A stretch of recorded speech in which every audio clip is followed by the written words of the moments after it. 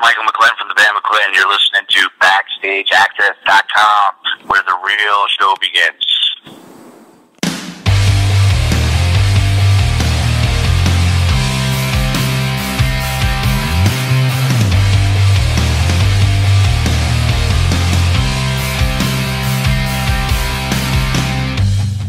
Hey everyone, this is Chris with BackstageAxxess.com. Joining us today is a frontman from the up-and-coming New Jersey rockers of McClinton, Michael McClinton. Hello Michael, welcome to BackstageAxxess.com. How are you doing today? I'm doing really well. How are you? Good, thanks. Now for those who may not be quite familiar, tell us a little bit about your band McClinton. McClinton is just a hard rock band out of New Jersey, trying to make our way in this music industry. This tough industry that it is. That's true. Now, your sound has been described as 80s metal mixed with modern rock, but how would you describe the sound overall? I would describe the sound overall as in-your-face rock that, everybody can understand. It's not a lot of screamo. It's based on lyrics more than, I guess that's why they figure like the 80s, because the 80s music used to be like you could understand the lyrics. But the music is more up to date. So the hard guitars, the heavy drum beats, the bass, the thick bass, it's music of today with, I would say, lyrics of yesterday. Now, there's been some lineup changes in the short history of the band here. Is this new lineup pretty solidified? Do you think this will be a long-term thing? Yeah, yeah, definitely.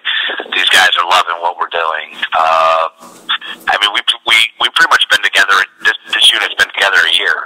Okay. And they don't plan on going nowhere. I don't plan on getting rid of anybody. We've made this McClinton. Okay. Now you have a new album out, Final Closure. Let's talk about that. What was the writing process like for the record? Is it a full band effort, or is there one person kind of in charge? On this album, it was me in charge pretty much. I mean, I pretty much wrote all the lyrics and wrote all the guitar, acoustically parts, and then Paulie Carabella from the Ataris stepped in and helped me write the rest of the album, instrumentally wise. Okay. Now, the lyrics for the first single, Crumble, they seem, well, as most of the songs on their whole album are, really personal. Is there a story behind that particular song? Yes, absolutely. Well, I was in Florida having surgery on my legs. Okay. And the band that I had at the time, the members that I had in the band at the time, quit on me when I was on the table. Like, wow. They didn't even do it in person. They did it in text. Oh, boy. And then they wanted to continue on without me, type of thing. Okay. And being that I own the name and I own the songs, it was pretty much I just kept pretty much, when I called Paulie and said I wanted to write the album, I said I wanted to write a big FU album. And so, yeah, most of the songs were written about just like, yeah, things are going to crumble down and they're not going to be around me. I'm going to succeed and you guys are going to be one sitting home, and that's what they're doing. We're out on tour with Red and Natalie this way, and they're sitting home playing with the guitars. Best revenge, right? Living well is the best revenge. Well, karma, they say karma's a bitch. Well, yeah. It is rough. Now, what about the studio experience for this album? Were the current band members recording it with you in the studio, or did you have different musicians in there? I had, Paul Carabella did most of the tracks, like in Missouri. Okay. And I did all the vocal tracks at a studio in Raritan, New Jersey, called Wood Rock Studios. And we pretty much did this. We did the album via internet. Okay. So. Now, you just wrapped up a leg of a tour with Saving Abel. Now you're currently on the road with Red. How is the tour going so far? Amazing. Red, they're a bunch of great guys. How to Lead This Way is amazing. Backseat Rising is incredible. I mean, every tour we've done so far, from Frankie Hanley to this, has been, they've all taken us in like we're, like brothers. So it's been really cool. Awesome. Now, what has the fan reaction been to your set? Pretty amazing, actually. There's actually, we're signing a lot of CDs. Let's put it that way. Okay, great, super. Not only that, I mean, we have a song off the old EP called "Over It," which was about cancer, about beating cancer, because I'm a cancer survivor.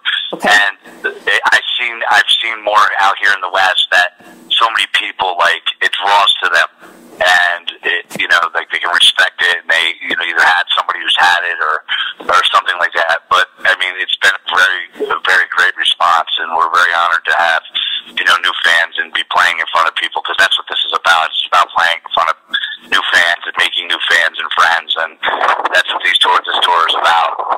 Okay. Now, what is your tour plans after this leg with Red wraps up?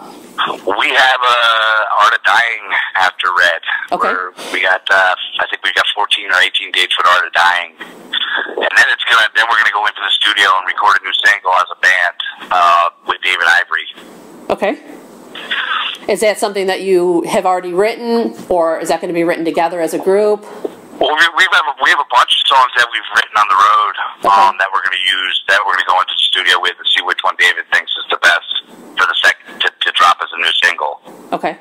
So this will be something that's not on the final Closure album, but something for a future record?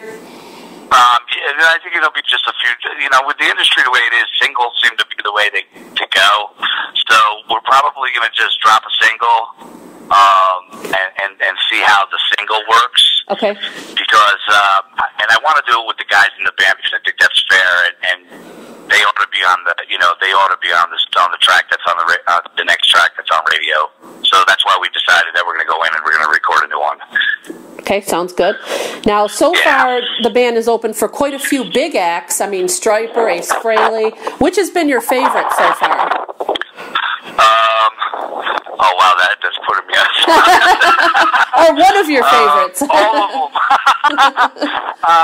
Well, listen, each band that we've opened up before have had different personalities, Right. Like, right now, I'm seriously into a lot of Framing Hanley. Like, I listen to a lot of Framing Hanley. Okay. Because I really dug their music when we were on tour with them. Saving Abel was just, they took us in like brothers. Even today, I still thought I text back and forth with Scott from Saving Abel like every 3 days or something like that. So, Red and Natalie's Way, it's all been great. About the Striper, the thing about Striper and Dio's Disciples and Frehley, when we were coming up in New Jersey, those were the only bands that were out there playing. Even though our music was a little bit heavier in more of a direction of today's music, but they're the ones who solidified the music for us today. If it wasn't for them guys, half this music wouldn't even be out here. So it was an honor to open for those guys. Absolutely. Now, going in that direction, who are some of your biggest musical influences? My biggest influences, honestly, have been Queensryche. Okay. Jeff Tate and Tom Latour are both amazing singers. Okay. But everyone in the band is kind of has a different feel. Like my drummer, my guitar, one of my Brazilian duo, let's call them that. I have a Brazilian guitar player and a Brazilian drummer, and those guys are like they're into the '80s music, because that's what was over in Brazil when they started playing. Okay. Our bass player Pete is into like everything from Black Sabbath, Ozzy, and then Gavin is into Led Zeppelin, and it's weird. It's like every one of us have a different style of music that we really dug. It seemed like every decade that came out, I seemed to change musically. I was into Van Halen, and then then the Queensryche, and then so we kind of combined it all together, which is kind of for a good mix. Well, you get a little bit of everything in there. Yeah, a little bit of everything. Now, today's music, I mean, I'm really into Daughtry. Okay. I mean, Adelita's Way is amazing. I mean, they're straight up rock. Yeah, anything that's got, feeling is what I'm into. Because I write my lyrics around feelings on everything I've ever done. Right, and that certainly does come across on the new album, too.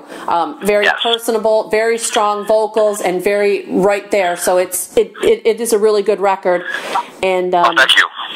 But when you're not busy on the tour, and when you're not working on the music, what do you like to do in your downtime?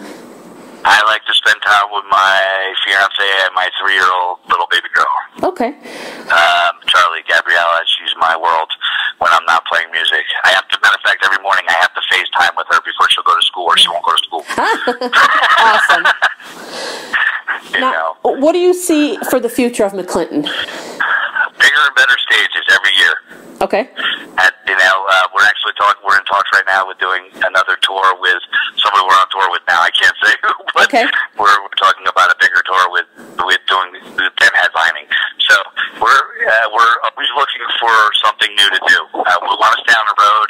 You know, like I said, after the Art of Dying thing, we are going to go into the studio with David Ivory and drop a new track. But we want to stay out on the road because we love meeting new people. And that's some of the best way to reach the fan base is to just get out there and tour, and then tour some more. Well, absolutely, because, you know, radio is a dying ember, okay? You know, and those radio stations that will play us are pumping us, are doing so well, but the ones who won't, they're missing out on stuff. But they're missing, you know, I've heard a lot with this campaign that, there's other things out there that, you know, take more you know, there's more precedence over what we're doing. And I don't get that when it's just rock, man. Play the songs. Let the fans choose. You get a radio, you know, station manager sitting there going, I don't like the song. Well, you're one person. How about letting the fans choose if they like it? Right. You know, last Friday we won a cage match, and we won a rock off. I mean, those were from fans, not from us. Right, exactly. You know? Well, I think that's what bugs me in the industry is, like, everybody wants to do what they want to do, but they're not willing to give the new guy a new chance. And that's kind of wrong, because new music is what's going to make the future. Exactly. I mean, there has to be new music for the future of rock and roll, and I think radio has really strayed away from that. I mean, in the market that I personally live in, there isn't even a new rock radio station, so it's just super hard, you know, to get anything out there to the public. But I think that with touring and with the solid record Final Closure behind you, I have no doubt that you'll just get more and more fans as time goes by and get bigger and better. Well, thank you so much. Yeah, that's what we're hoping for. We're having a lot of fun out on the road, and like I said, this is why we do this. I think Denver, we were joking the other day and said Denver, Colorado. So what we're going to do is we're going to go to Vegas, do a show, and then go back to Denver because our fans are big. And then we're going to go out to Utah and then go back to Denver. That's going to be our rounding on our next tour. Long live Denver. Well, Denver rocks, I'll tell you that. Well, thank you so much, Michael, for taking the time to chat with us today. I really enjoyed it. And best of luck with Final Closure and the tour with Red. I'm sure we'll see you in the future as well. Absolutely. Thank you so much for having us. Without you, we can't do this. Absolutely. Our pleasure.